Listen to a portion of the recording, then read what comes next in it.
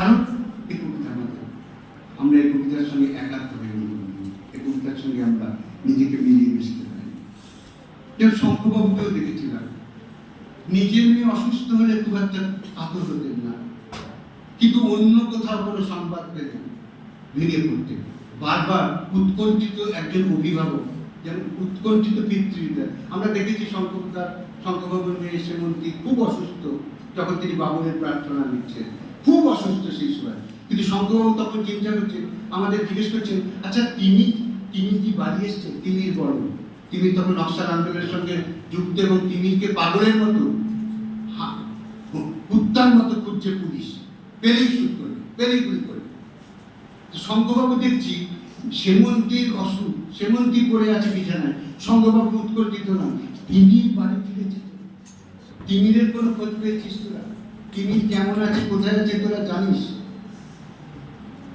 কিংবা আর একটা ঘটনা বলি, সেটা হয়তো পাঠ্য, তোমাদেরই পাঠ্য হয়তো কবিতা, যমুনাবতী সরস্বতী, কাল যমুনার বিয়ে, যমুনা গেছে, ঝড়া ছিল তো সে কবিতা যখন লিখছেন, কবিতাটা উৎস কোথায়? আর খবরের কাগজে সকালবেলা শঙ্কর ঘোষ একটা সংবাদ দেখলেন, 3-4 লাইনের সংবাদ, যে কোচবিহারে স্বাধীনতা লাভের কয়েক বছর পর, 1947 15ই আগস্ট, ঠিক তারপর 4 বছর পরে স্বাধীনতা হচ্ছে 1951 সাল। সেই সময় রেশন দুর্নীতি শুরু হয়ে গেছে।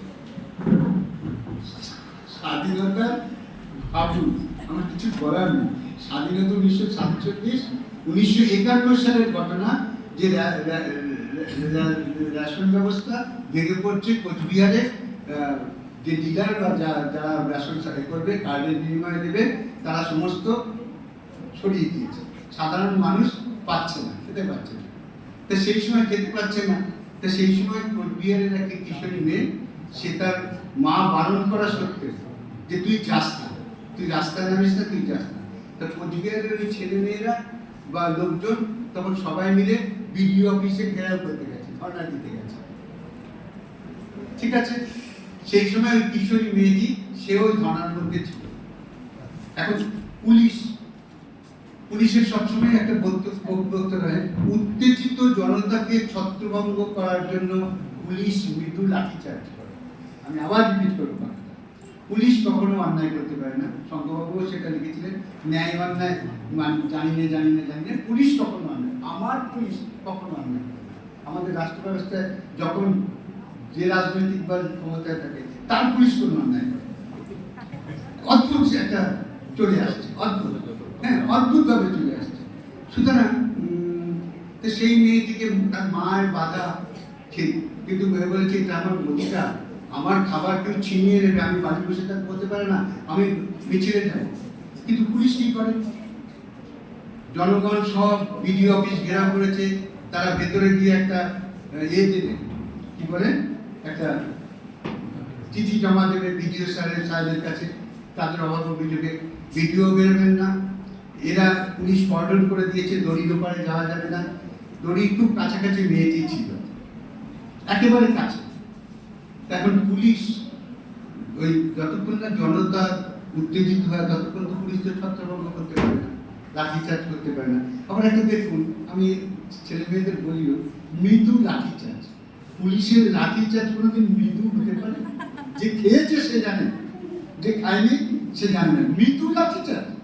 তো ফলে কি হলো, পুলিশ ইচ্ছে করে সেদিন গন্ডগোলটা বাঁধাবার জন্য, যাতে লোকজন খেপে যায়, আক্রমণ করে, পুলিশের মেয়েটিকে হাত ধরে টেনে নিয়ে গিয়ে ভেতরে গুলি করে মারে।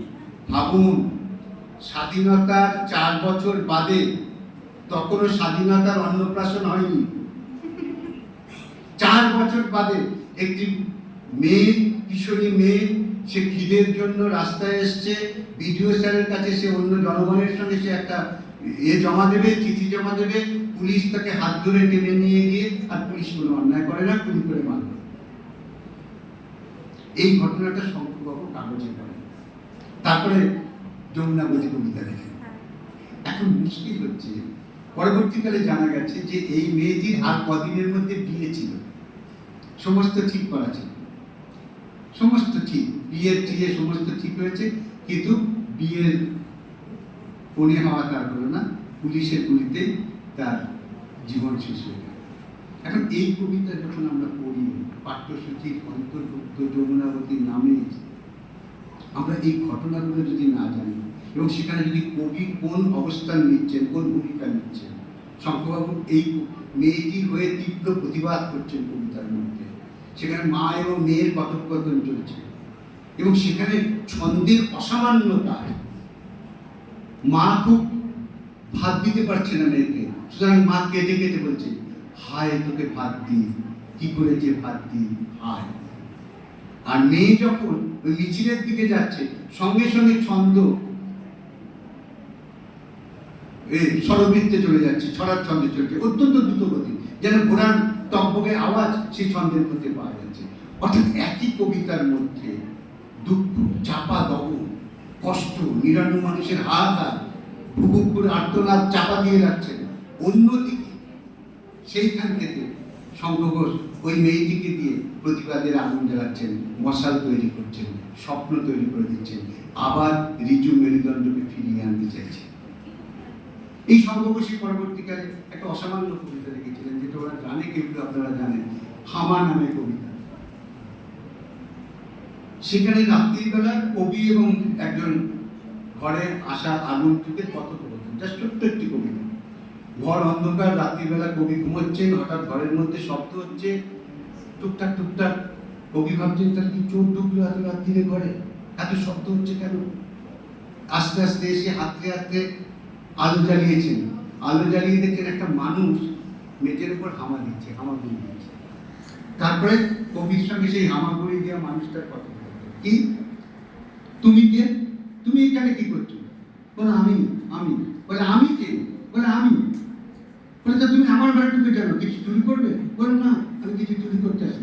বলে তাহলে এই মাঝরাতে অন্ধকারে তুমি আমার ঘরের মেঝেতে এরকম হামাগুড়ি দিচ্ছ কেন? বলে খুঁজছি। বলে কি খুঁজছো? কি খুঁজছো তুমি আমার ঘরে? তোমার জিনিস কি, হারানো জিনিস কি আমার ঘরে রয়েছে? তখন সেই মানুষটা বলছে, না না না, আপনার ঘরে নেই কিনা, আছে কিনা জানি না, আসলে না আমি আমার মেরুদণ্ডখানা হারিয়ে ফেলেছি, খুঁজতে এসেছি। আমরা আজকে দায়িত্ব নিয়ে একজনও বলতে পারবো না আমাদের মেরুদণ্ড আছে, আমরা একজনও বলতে পারবো না আমাদের স্বপ্নগুলো আছে। তাহলে এই শঙ্খ ঘোষকে যদি আমরা না চিনি, তাহলে কোনো এক বিশ্ববিদ্যালয়ের বা কোনো এক কলেজের সিলেবাসের অন্তর্ভুক্ত একটি কবিতা পড়ে আমাদের কিচ্ছু যায় আসে না, পড়ার দরকার কোনোভাবে দরকার। ফলে যখন আমরা সুভাষ মুখোপাধ্যায় পড়ি বা বীরেন্দ্র চট্টোপাধ্যায় পড়ি বা শঙ্খ ঘোষ পড়ি, তখন একটা আলাদা রকম ভেতরে ভেতরে কে যেন আমার হারানো হাত খুঁজে এনে দিচ্ছে, কে যেন আমার হারানো পা দুটো খুঁজে এনে দিচ্ছে, কে যেন আমার ভেঙে পড়া নিয়ে আসা মেরুদণ্ডে আশ্চর্য ঔষধি লাগিয়ে দিচ্ছে, দিয়ে দিয়ে বলছেন জেগে ওঠো, বেঁচে ওঠো, আবার জেগে থাকো, আবার স্বপ্ন দেখো। যেটা পরবর্তীকালে সমবেতে চাঁদ গ্রন্থের মেলায় একই কথা বলেছেন, চাঁদ পাড়ি দেও, পাড়ি দেও, পাড়ি দেও। অর্থাৎ আবার বিপ্লবের পথে চলতে হবে, আবার দেশ বদলের স্বপ্ন চলতে হবে। একটা বিতর্কিত এবং অমীমাংসিত স্বাধীনতার পর থেকে আজ পর্যন্ত আমরা শুধু ক্ষমতার হস্তান্তর দেখেছি, কিন্তু একবারও আমরা নিজেদের কাছে প্রশ্ন রাখিনি বা আমাদের চেতনার কাছে বা আমাদের সুপ্ত হৃদয়ের কাছে কখনো প্রশ্ন তুলিনি যে তুমি তোমার কাজটা ঠিকঠাক আদৌ করছো কি? তুমি তো কবি, তুমি তো গল্পকার, তুমি ঔপন্যাসিক, তুমি নাট্যকার, তুমি লেখো, এইসব কথা লেখো, সেই সব মানুষের কথা লেখো কবিতায়, সেই সব মানুষকে জাগিয়ে তোলো কবিতায়, সেই সব মানুষের চেতনাকে আরো আরো বেশি ঋজু এবং আরো প্রজ্ঞা দীপিত করে তোলো, প্রজ্ঞা মনীষার দিকে নিয়ে যাও, যেখানে মানুষ চিন্তা করবে নতুন কোনো দেশ গঠনের সুজলাং সুফলাং একটা দেশ। এইটুকু থাক আজকে। আর